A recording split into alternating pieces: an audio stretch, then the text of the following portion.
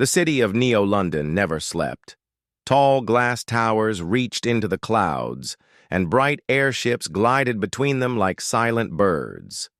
Inside the tallest tower of all, a young woman named Amara Daniels moved quietly through polished marble floors. She worked as a maid in the private penthouse of Orion Vale, one of the richest and most powerful CEOs in the city. Amara's job was simple: clean the rooms, keep everything in perfect order, and never disturb the CEO when he was busy. She had learned to move like a shadow, quick and silent, noticing details most people would ignore. That skill was the reason she kept her job for so long. Orion Vale was known for perfection in his business, and his home reflected the same. On a clear morning, Amara arrived for her usual shift. The sun shone through the glass walls, but she felt something different in the air. A faint vibration ran through the floor beneath her feet, almost like a soft hum. It was not the usual sound of the building's energy systems. She paused for a moment, listening carefully. The sound faded away. She shrugged and began her work, but the thought stayed in her mind. As she moved from room to room, Amara noticed another small thing. In the study, one of the books on the shelf had been placed upside down. She knew every corner of this penthouse. She arranged things in the same way every day. Orion Vale was far too busy to read the books himself. This meant someone had touched the shelf without her knowing. Later, while dusting near the large window, she saw something unusual in the city sky. A small glint, like a star, but moving slowly between buildings. It did not follow the usual path of air traffic. It hovered for a moment, then disappeared behind another tower. She stood still for a few seconds, wondering if it was her imagination. By midday, Amara went to clean the air vents in the main hall. She removed the cover and found something strange stuck inside. It was a tiny metallic shard, thinner than a fingernail, with sharp edges and a faint blue sheen. She had never seen anything like it in the building's cleaning supplies or construction materials. She held it in her hand, turning it under the light. The shard was cold, much colder than the air around it.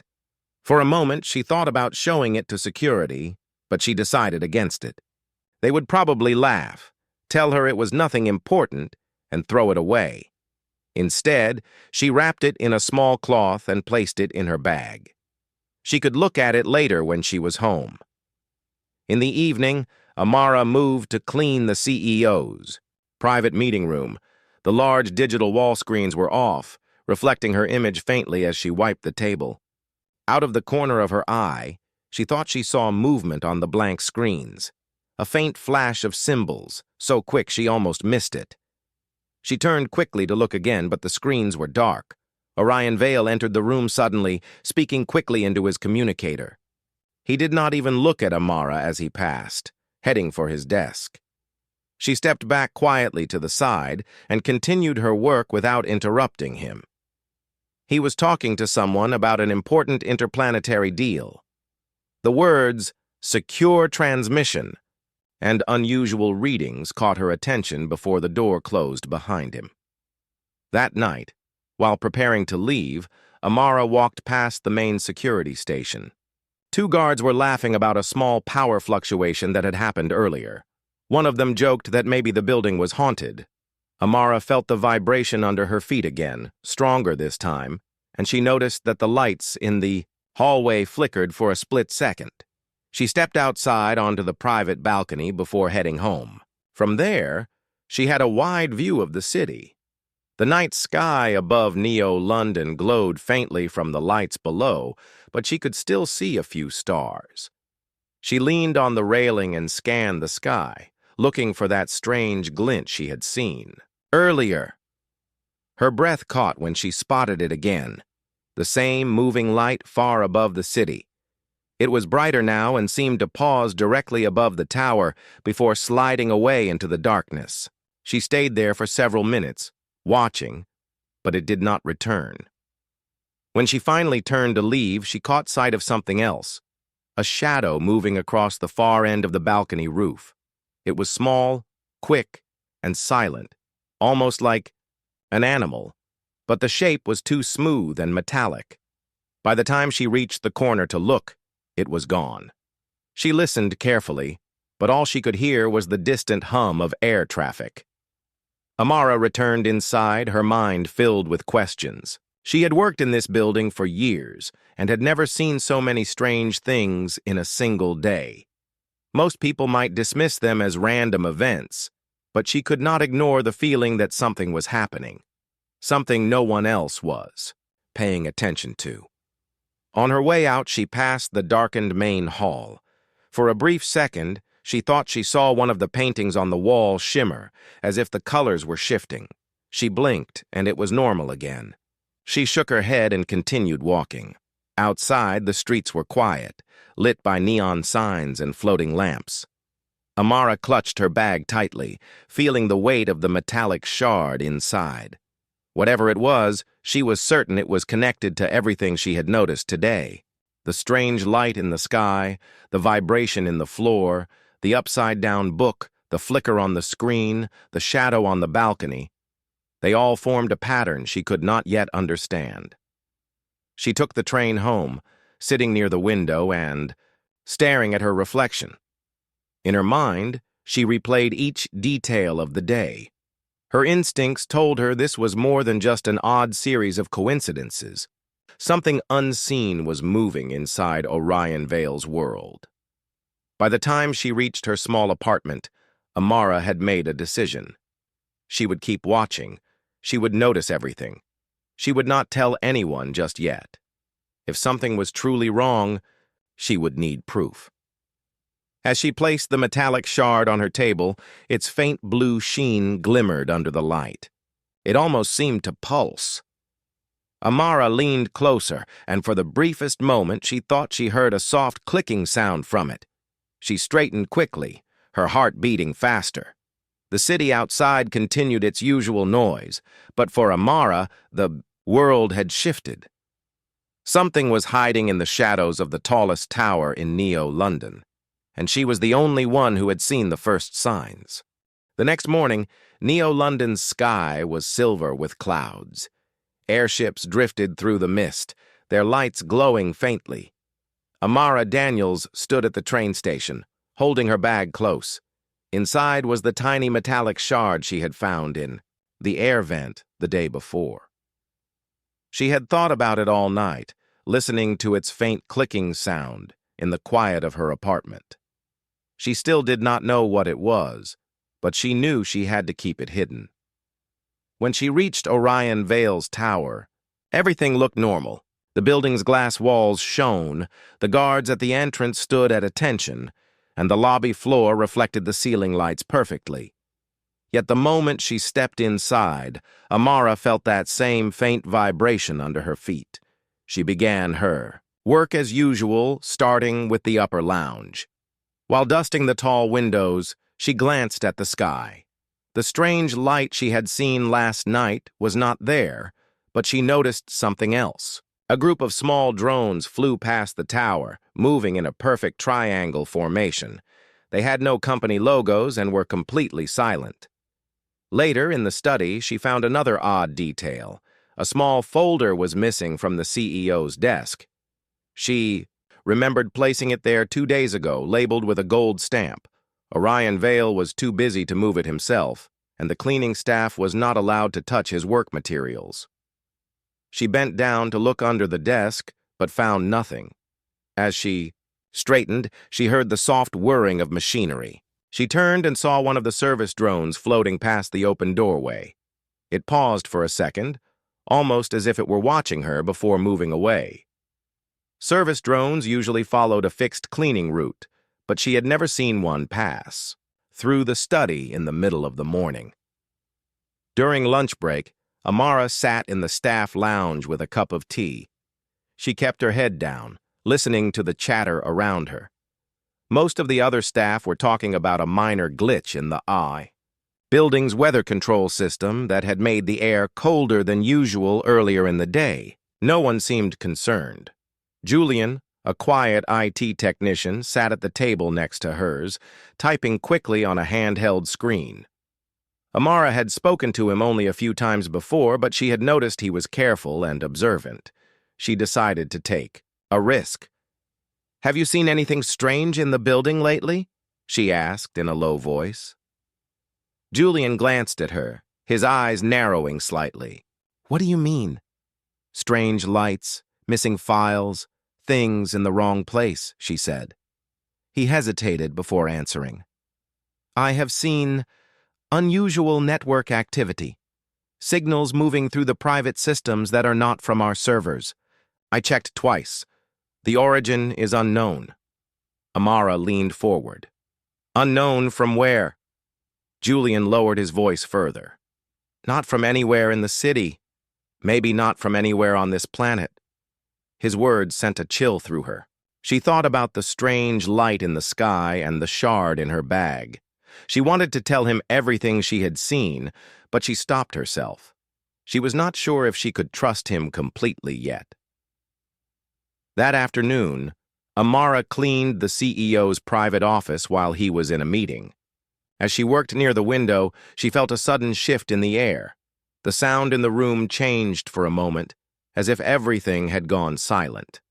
She turned quickly and saw one of the security guards outside the door freeze mid-step. He stood, completely still for 2 seconds before continuing to walk, as if nothing had happened. Her heart beat faster. She stepped into the hallway and watched him disappear around the corner. No one else seemed to have noticed. When she returned to the office, she found a thin sheet of paper lying on the floor near the desk. It had strange marks on it, lines and curves that did not look like any language she knew. She picked it up carefully and slipped it into her apron pocket. Before leaving for the day, Amara passed through the lower service corridors. The lights here were dimmer, and the hum of the machinery was louder. She stopped when she heard a soft scraping sound from a vent above her. She looked up and caught sight of something moving inside. It was small, metallic, and shaped almost like an insect. It crawled quickly out of view before she could get a better look. That night, back in her apartment, Amara spread her findings on the table. The metallic shard lay in the center, still faintly pulsing with blue light.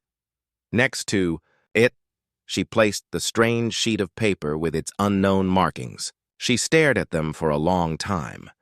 Her mind kept returning to Julian's words about signals from beyond the planet. If he was right, then someone, or something, was reaching into the heart of Orion Vale's tower. The missing files, the odd drones, the frozen guard, the strange machine in the vent. They were not random events. They were connected. Amara took out a small notebook and began writing everything she had seen in order. As the list grew longer, she began to notice a pattern. Every event had happened near the CEO's private quarters or his office. Every event involved either a machine or the building's internal systems. She closed the notebook and looked at the shard again. A thought came to her. What if this was part of something much larger still hidden in the tower's walls? The night outside was quiet, but Amara could not sleep. She kept thinking about the moving light in the sky and the drones without markings. Somewhere high above the city, something might be watching. In her mind, she made a decision. Tomorrow she would speak to Julian again. She would tell him about the shard, the paper, and the strange signs she had seen. If the two of them worked together, they might discover what was really happening before it was too late. The next morning, the sky over Neo-London was pale and cold. Amara Daniels stepped off the train holding her bag tightly. Inside were the metallic shard and the sheet of paper with strange markings. She had decided that today she would tell Julian everything. She could not solve this mystery alone. When she entered Orion Vale's tower, the lobby looked as perfect as always, yet the air felt heavier somehow. As she walked toward the staff elevators, she saw a pair of unmarked drones hover near the far wall before gliding away. No one else seemed to notice them. She found Julian in the staff lounge, sitting at a table with his small handheld device. His dark hair fell over his eyes as he typed quickly. He looked up when she approached. "I need to talk to you," Amara said quietly. Julian studied her face for a moment, then nodded toward an empty corner. "They moved there, away from the other staff. I found something in the vents," she began. "A shard of metal that does not belong to this building. And I saw a machine crawling in one of the service shafts last night. Also, I found this paper in the CEO's office." She opened her bag and placed the shard and paper on the table. Julian leaned closer, his expression tightening. He picked up the shard first. "This is not any material we use here," he said. "It is colder than the room even after being out in the air. That means it is made from something that regulates temperature in a way we do not understand." Then he examined the paper. "These marks, they are not random. They are data patterns. I have seen something similar in the intercepted signals. This might be a direct printout from whatever is sending them." Amara frowned. "You said the signals were from outside the planet. Are you sure?" Julian hesitated before answering. "As sure as I can be without full access to the main system. The problem is, the security AI watches every action I take. If I dig deeper, it will alert the head of security, and then I will be removed from the network." "Then we have to work quietly," Amara said firmly. "If something is in this building, we need to know before it hurts anyone." Julian looked at her with a mixture of caution and respect. "You are a maid. Why do you care this much?" Amara's voice was calm. "Because I see things others do not. If I ignore them, I am part of the problem." Julian gave a small nod. "All right, we work together, but we need a plan." They decided to meet during quiet hours in the service corridors where there were fewer cameras. Amara would keep watching for physical signs while Julian traced the digital signals. They agreed not to tell anyone else. That afternoon, while cleaning the upper lounge, Amara noticed another change. One of the large decorative panels on the wall was slightly tilted. She adjusted it and saw a hairline crack along the frame. Inside the crack, a thin black cable ran downward, disappearing into the wall. It was not part of the tower's standard wiring. She memorized its position and continued cleaning as if nothing had happened. In the evening, she met Julian in the service corridor near the west ventilation shaft. The air smelled faintly of ozone, and the hum of the machinery was louder here. She showed him the location of the cable she had found. "This is not on any blueprint," Julian said after scanning it with a small device. "It is carrying a signal, but not through the building's network. It is separate, almost hidden. Someone placed this here for secret communication." "Could it be connected to the shard or the signals you found?" Amara asked. "It is very possible," Julian replied. "If it is, then this is not just surveillance. This is preparation for something larger." Before they could talk more, they both froze. A faint metallic scraping echoed from deeper in the shaft. Slowly, a small machine emerged into view. It was no larger than a cat, with smooth silver plating and thin legs that moved silently. Its head was a round lens that rotated slowly, scanning the walls. They stayed completely still, watching as the machine moved along the shaft and disappeared into another duct. "That is not from any human manufacturer I know," Julian whispered. Amara's heart was beating fast. "Then it is real. Whatever is here, it is not from Earth." Julian nodded slowly. "We have to track where that thing goes, but we cannot do it now. Too many security scans are active during the day. We will follow it tonight after the shift ends." Later that night, Amara left the penthouse with her usual bag, making sure no one suspected her. She returned quietly after most of the staff had gone, meeting Julian near the maintenance stairs. The building was silent except for the steady hum of the energy systems. They moved carefully, following the path of the strange cable through several service corridors. Eventually, it led them to a small, locked panel in the wall of a storage area. Julian used his device to bypass the lock. Inside was a sphere the size of a fist, pulsing with a soft blue light. "It is the same color as the shard," Amara whispered. Julian scanned it. "This is a transmitter. It is sending data somewhere, and I think it is connected to more units hidden in the tower." Before they could examine it further, the sound of footsteps echoed down the corridor. They quickly closed the panel and hid behind a stack of supply crates. A tall man in a black uniform passed by, carrying a small case. His expression was unreadable, and he walked with a steady, almost mechanical rhythm. When he was gone, Julian turned to Amara. "That is the head of security. If he knows about this, then we have a bigger problem. We are not just dealing with an outside threat. Someone inside is helping it." Amara looked at the closed panel. "Then we have to be faster. Whatever is coming, we cannot let it reach. Orion Vale." They agreed to continue searching for the other transmitters, mapping their locations in secret.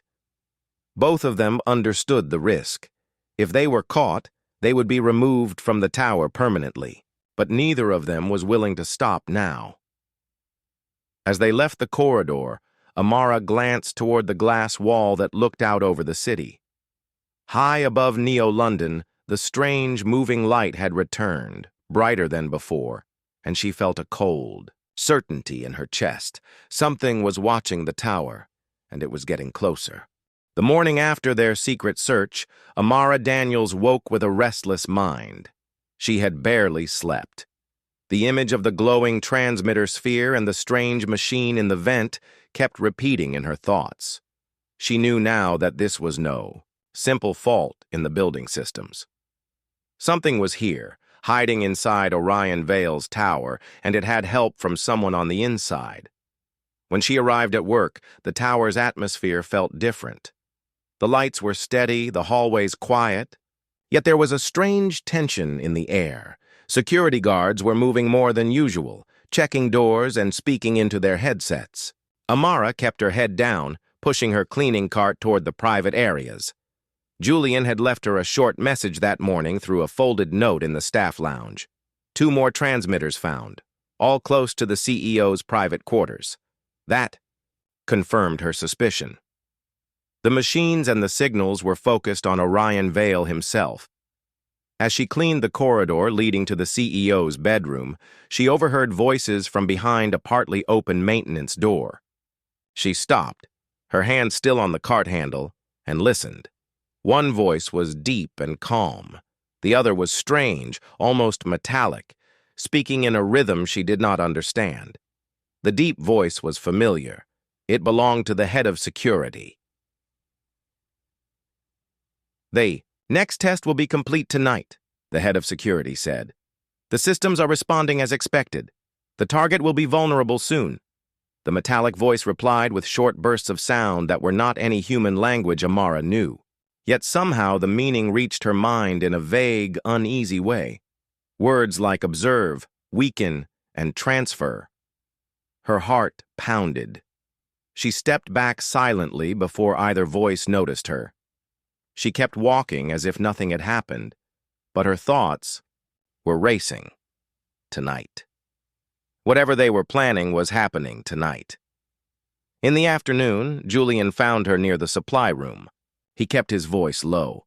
"I traced the transmitters. They are linked together, feeding energy into the building's life support systems. If they send a single coded signal, they can shut down oxygen to any section they want." Amara's stomach tightened. "And you think they will target the CEO's quarters?" "Yes," Julian said. "If they cut the oxygen there while he is sleeping, no one will reach him in time. The security AI would call it a mechanical fault. It would not trigger an alarm." They both knew what that meant. They had hours to stop it. That evening, when most of the staff had gone, Amara and Julian met in the West Corridor again. Julian had brought a small toolkit and a portable scanner. Their plan was to disable at least one transmitter in the network so the system could not complete the shutdown signal. They followed the path of one of the hidden cables to a service hatch near the ceiling. Amara climbed the small ladder while Julian held it steady. She opened the hatch and crawled inside. The space was narrow and hot, the air filled with the hum of hidden machines. She reached the location of the transmitter, a sphere identical to the first one they had found. It pulsed faintly with blue light. Amara was about to signal Julian when the floor beneath her hands vibrated sharply. Without warning, the hatch behind her slammed shut. A metallic latch locked it in place. The hum of the air system changed, becoming softer, almost like a whisper. Amara felt her breath grow slightly heavier. The oxygen was being reduced. "Julian," she called, trying to keep her voice calm. "The hatch is locked." Julian's voice came from outside, tense. "Hold on. I will try to open it." Amara looked at the transmitter. If the oxygen was being cut, this was one of the devices controlling it. She needed to stop it now. She reached for the sphere. But the moment her hand touched it, the blue light flared brighter, and a faint clicking sound filled the duct. The surface felt smooth but alive, as if something inside was moving. She pulled back, thinking quickly. If she damaged it too much, the other transmitters might trigger an alert. She needed to disable it without letting the network know. She took a small multi-tool from her pocket, a habit she had from years of fixing minor cleaning equipment. Carefully, she pried open a thin seam in the sphere's surface. Inside, faint threads of silver connected to a crystal-like core. Her breathing was becoming harder. She worked quickly, twisting two of the threads together so the circuit would break, but the sphere would not shut off completely. The blue light dimmed, but the faint pulse remained. A sharp click came from behind her. Julian had forced the hatch open. "Come on," he said urgently, pulling her out. The fresh air outside the duct made her lungs ache with relief. Julian looked pale. The main system registered a drop in oxygen in that duct. "Someone might be watching. We need to move before security arrives." They hid in an unused storage room, listening for footsteps. None came. Either the head of security had not noticed yet, or he was waiting. Amara leaned against the wall, still catching her breath. That was only one transmitter. "How many are left?" Julian's voice was grim. "At least 3 more. And they are all near the CEO's private quarters. If we cannot disable them before tonight, they will use the others." Amara's mind raced. "Then we split up. You take the east side, I will take the north. If we find the others before they do, we have a chance." Julian nodded, but his eyes showed worry. "Be careful. If they catch you, they will not give you a second chance." They moved out of the storage room and back into the service corridors. The tower was quiet now, the main staff gone, only a few guards patrolling. The hum of the systems seemed louder than ever, and Amara felt as if every shadow was watching her.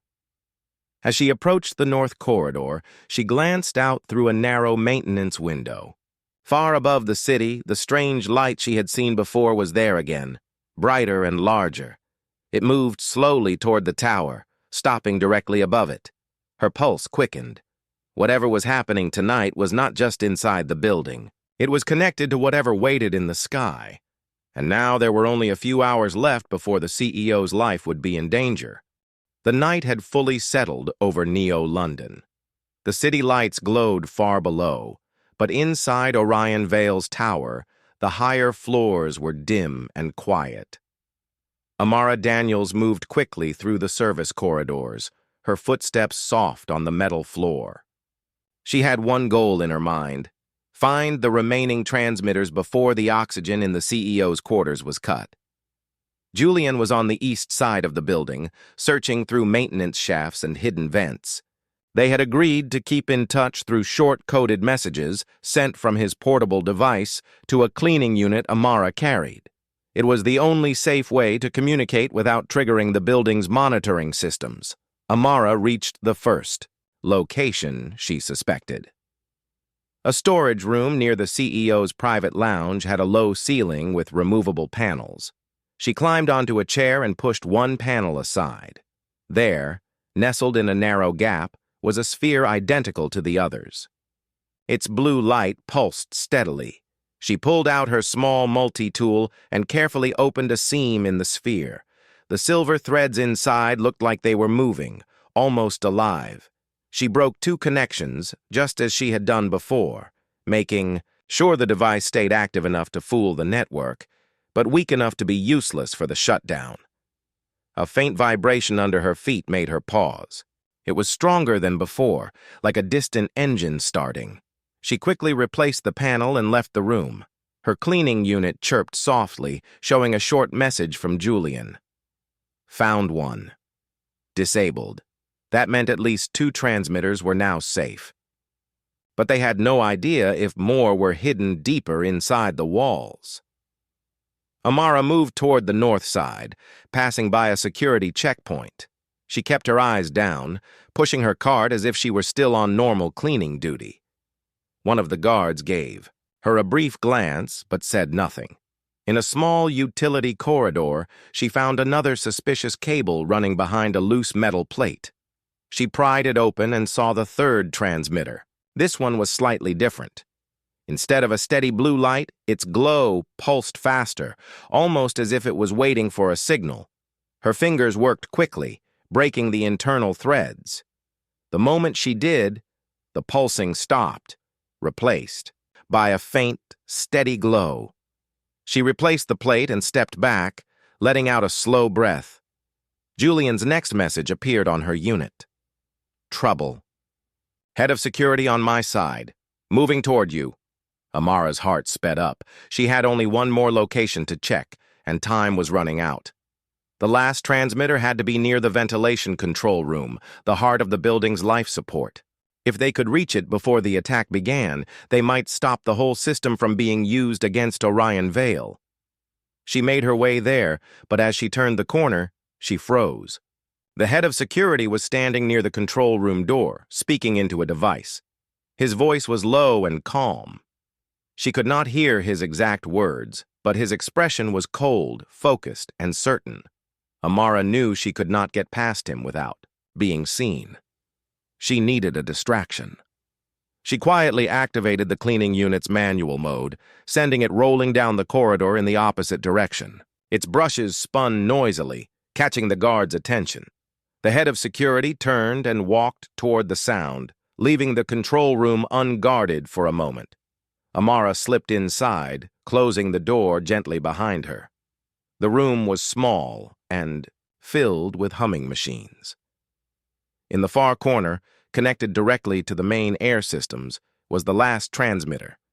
Its light was bright, almost white, and its surface was warmer than the others. This had to be the master device. She opened it, but inside, the silver threads were tightly woven around a crystal core that glowed with shifting colors. She hesitated. If she cut the wrong thread, she might trigger the shutdown herself. Her communicator buzzed with a message from Julian. Signal spike detected. They are starting now. She had seconds left. She thought quickly. Destroying the device completely would be too risky, but maybe she could fool it into thinking it had already completed its job. If the device believed the oxygen was already gone, it might stop sending the signal to the others. Amara pulled a small circuit chip from her cleaning unit and connected it to the transmitter's core. The chip's simple program began sending false readings, making the device think its task was finished. Slowly, the crystal's colors faded, and the white light dimmed to blue. Julian's next message came through. Signal dropped. You did it. Relief washed over her, but it lasted only a moment. The control room door opened, and the head of security stepped inside. His eyes locked on her immediately. "What are you doing here?" he asked, his voice sharp but controlled. Amara kept her tone calm. "The cleaning unit went offline near this room. I was checking if it was blocking the vents." His gaze lingered on her as if weighing her words. Then he stepped aside. "Finish quickly. This room is off limits." She nodded and pushed her cart toward the door. As she passed him, she could feel his eyes on her back. She kept walking, forcing herself not to look over her shoulder until she reached the next corridor. Julian met her in the staff elevator. "We bought some time," he said quietly. "But this is not over. The devices are still here, and the people controlling them will try again." Amara nodded. "Then we have to be ready before they are." As the elevator doors opened to the empty hallway, she glanced out the window. The light in the sky was still there, unmoving, watching, and for the first time, she felt certain that whatever controlled it knew exactly who she was. The morning over Neo-London began with a strange light in the clouds. Most people thought it was only a weather shift or an aircraft passing high above, but Amara Daniels knew better. She had seen that light before. It had been watching from the night sky, and now it was closer. Julian stood with her on the staff balcony looking up. "It is not moving like a normal ship," he said quietly. "It is holding position right above this building." From this height, the glass walls of Orion Vale's office tower reflected the strange, pale light, giving the top floors a faint glow. The city below moved as usual, but high above, something was preparing. Amara could feel it. Inside, Orion Vale sat in his private meeting room, speaking to his board members through a secure channel. His voice was calm, but Amara could hear the edge of tension. He had not been told the full truth yet, only that there had been a security concern. Julian tapped his small scanner. "I am getting readings again, low frequency, same pattern as the transmitters you disabled." Amara frowned. "They should be useless now."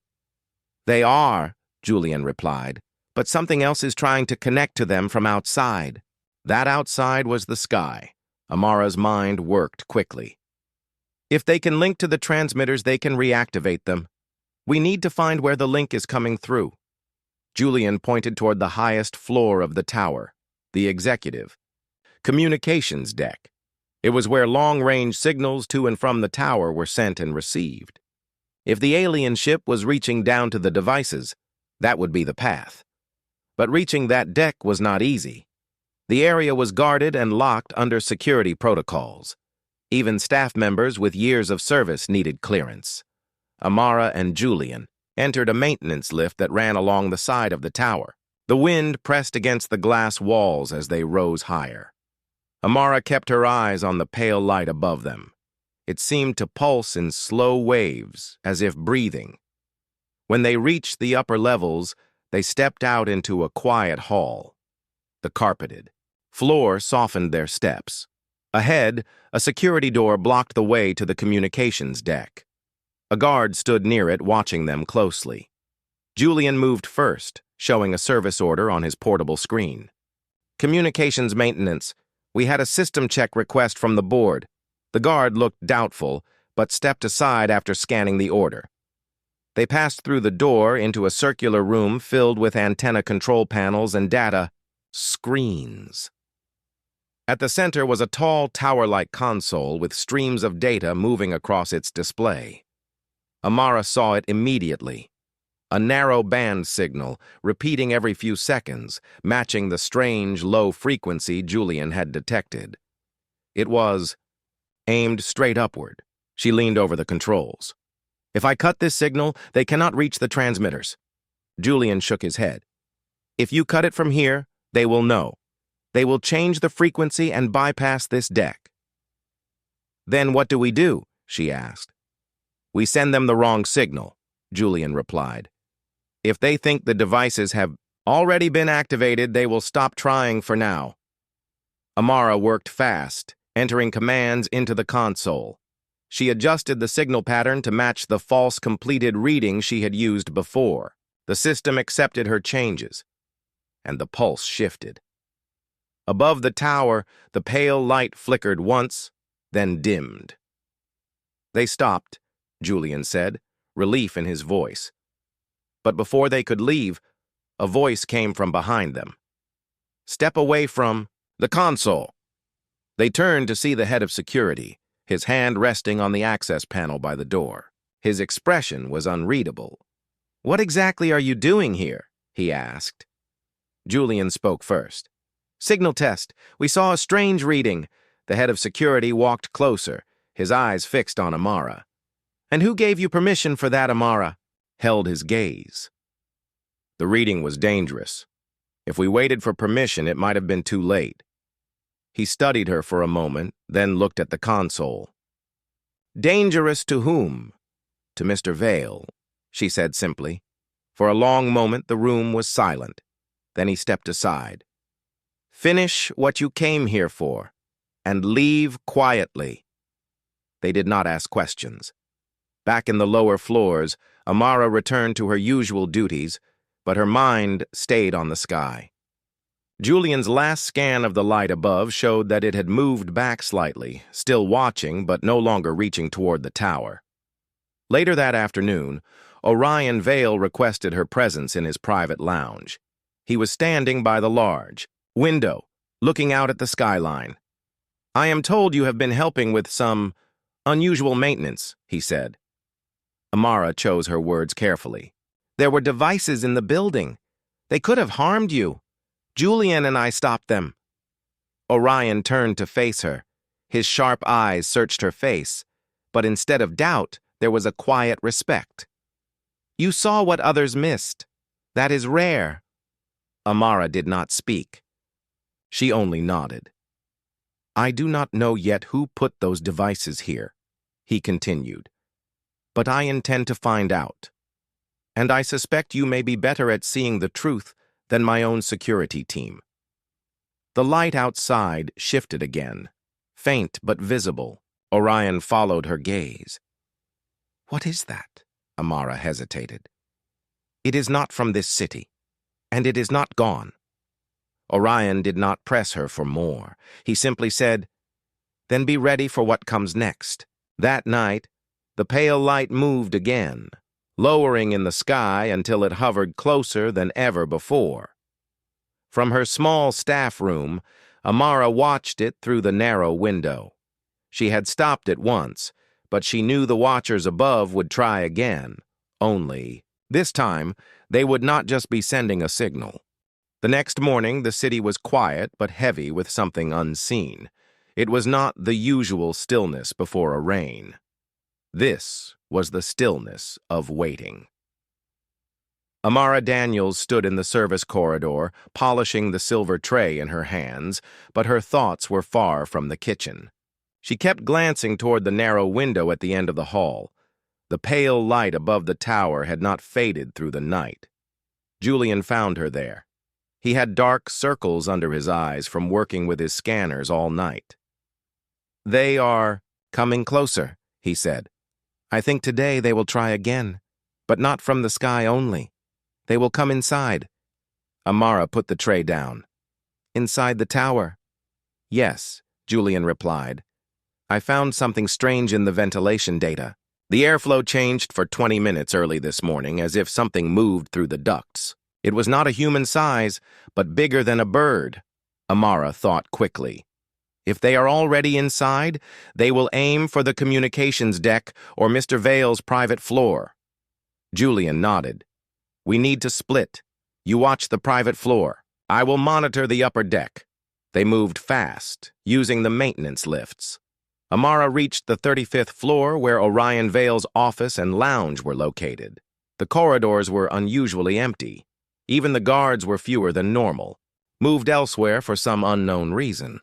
She stepped into the lounge quietly. Orion Vale was at his desk, reading data on a glass panel. He looked up when he saw her.